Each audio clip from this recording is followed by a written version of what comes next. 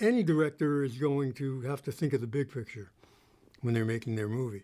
They have to think about how the little scenes connect to other scenes that then create a movie.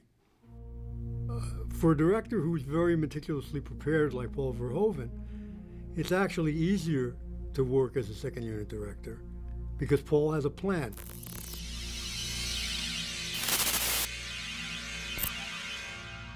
Well, you know, I had known Jon Davison for quite a few years prior to RoboCop.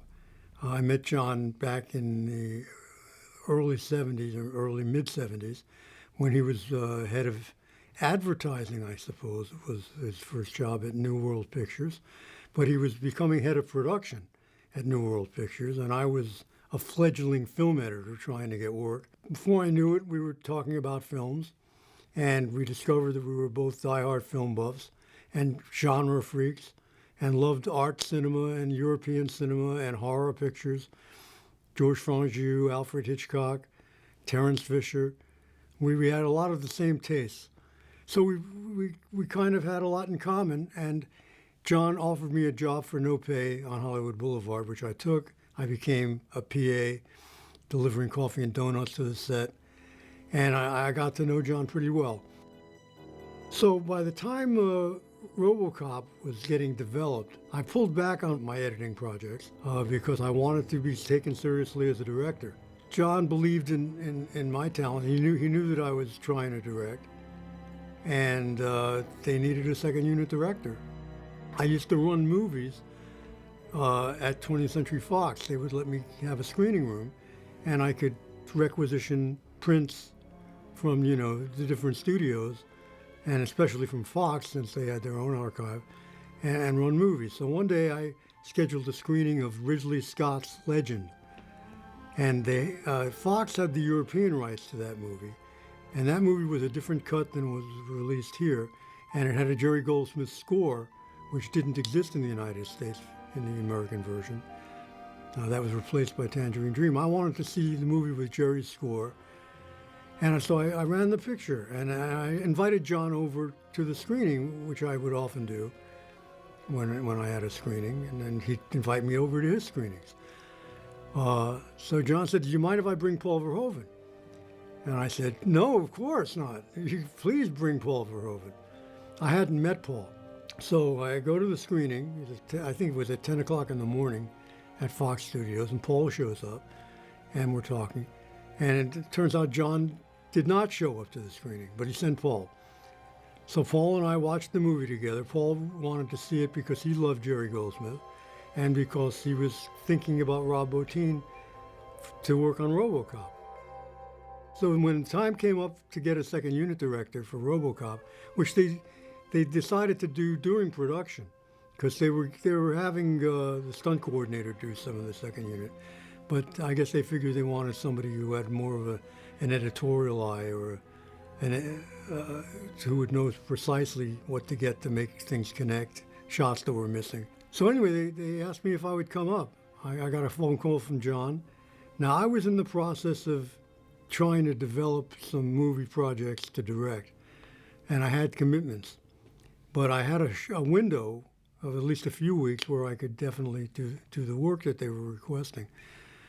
So I flew to Dallas, basically to start work on the second unit, knowing that I would probably have to come back to LA to take meetings with the producers that I was working with on these possible directing projects.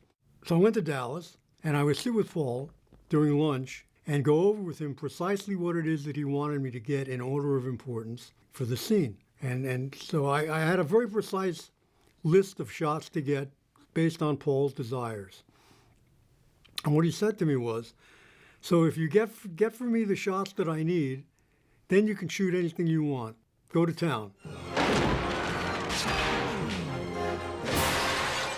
You know, Paul would shoot the wide shots, the master shots of RoboCop getting shot at, and I would get the closer coverage of this stuff. So I get closer shots of police shooting and closer shots of RoboCop getting hit in the chest, and a shot of his knee getting shot and he falls to the ground, and a tight shot of him falling. I would get that.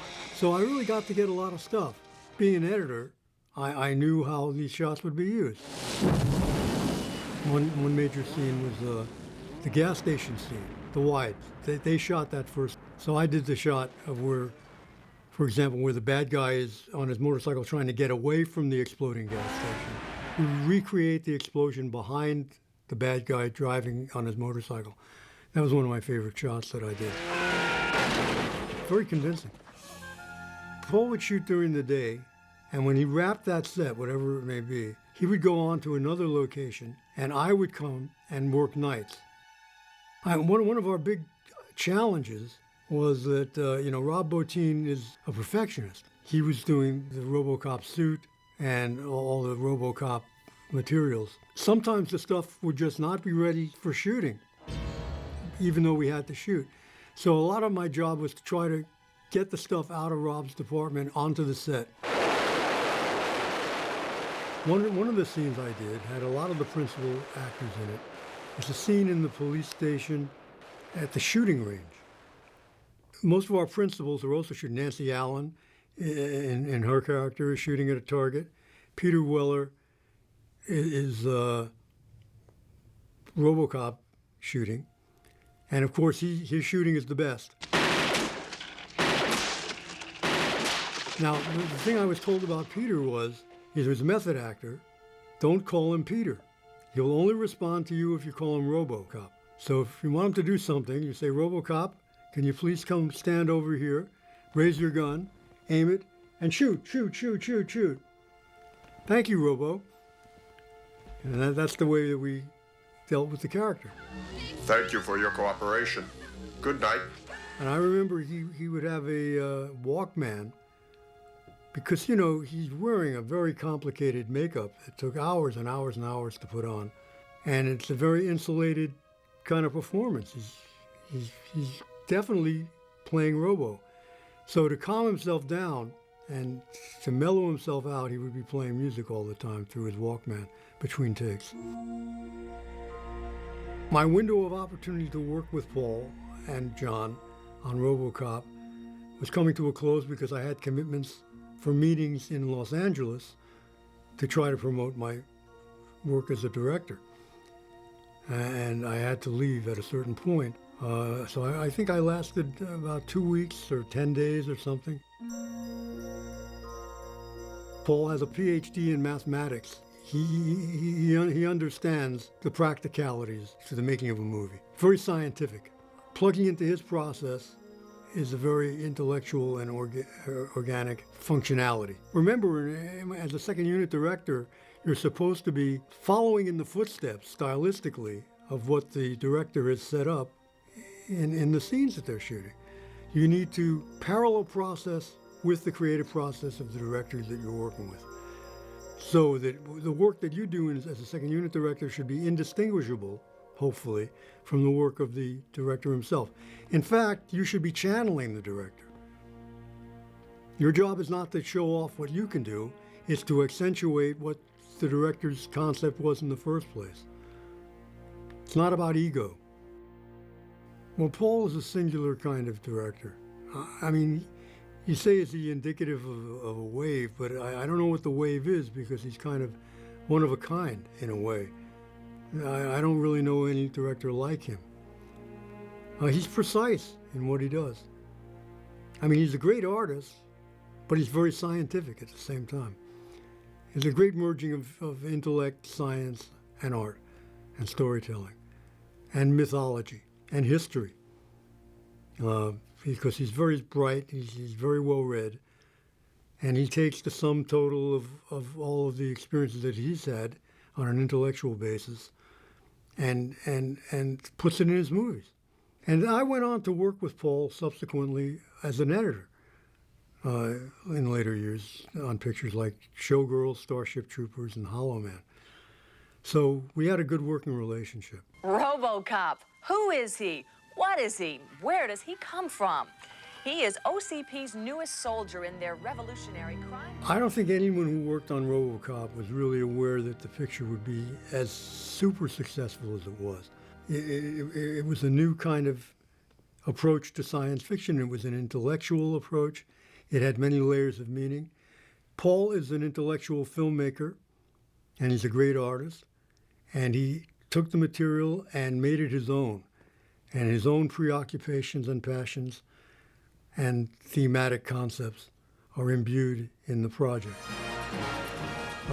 I say working with Paul Verhoeven over the years is a career highlight for me. Certainly one of the greatest directors I worked with. I've worked with a bunch of them. I think we've made some great films together, and for me it's been a privilege and an honor to have done that. And I'm very thankful for it. And the films endure. It's a great thing. RoboCop is a film, I mean, I ran it recently, and I hadn't seen it in some years, and it's just a great picture.